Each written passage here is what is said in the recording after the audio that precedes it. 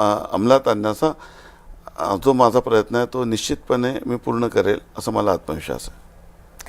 बरं, मला एक सांगा, तुमचं कविमन देखील आहे. तुम्ही आत्ताची जी परिस्थिती पाहता, उद्धव ठाकरे आणि ह्या सगळ्या विषयावर तुम्हाला काय सुचतं, काय मनात येतं?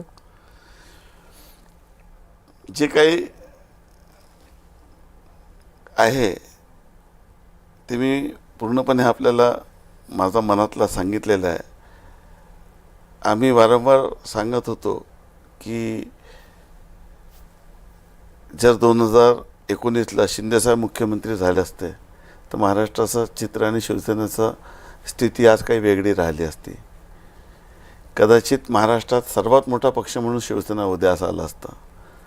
परंतु कवित म्हणण्यापेक्षा मी डायलॉगमध्ये ते म्हटलं होतं की उद्धवजी का एक गलत कदम और उनकी सल्तनत खतम, असं म्हटलं होतं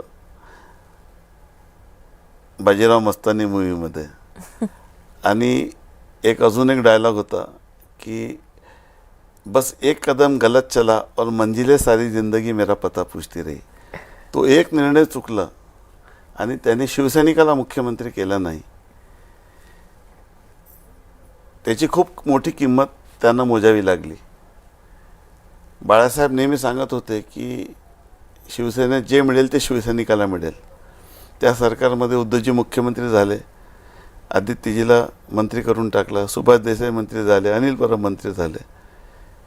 आणि या सर्व परिस्थितीमध्ये तुम्ही जर विचार केला तर बाळासाहेबांना एक अपेक्षित होतं की शिवसैनिक मुख्यमंत्री होईल. त्यांचं स्वप्न हे शिंदे साहेबांनी पूर्ण केलं. आनंद दिघे साहेबांच्या नेतृत्वात एक शिवसेनेला खऱ्या अर्थाने बाळासाहेबांना अभिप्रेत असलेला शिवसैनिक मिळाला आणि ते महाराष्ट्राचे मुख्यमंत्री झाले. आणि त्यातून आता शिवसेना भविष्यामध्ये निश्चितच एक मोठं स्थान भविष्यामध्ये स्थापित करेल असं मला विश्वास आहे. आणि मला असं वाटतं की बाळासाहेबांची स्वप्नपूर्ती त्यांनी केलेली आहे आणि ते भविष्यातही करतील. खूप खूप धन्यवाद. आज खरं तर आपण इथे आलात आणि आमच्याशी मनमोकळ्या चर्चा केलेल्या आहेत. अनेक विषयांना तुम्ही हात घातलात. खरं तर तुम्हाला जे विषय आहेत, तुमच्याकडे जी खाती आहेत ती इतकी मोठी आहेत आणि त्यांचा आवाकाच इतका मोठा आहे की खरं तर इतकी खाती आणि प्रत्येकाची परिघच वेगळा आहे त्यांचा. सो इतक्या खात्यांमध्ये काम करत असताना खरंच वेगवेगळे विषय तुम्ही हाताळत आहात आणि हे हाताळत असताना तुम्ही फार खरं तर बुद्धीने उद्धव ठाकरे यांच्यावर टीका देखील तुम्ही तितकीच केलेली आहे.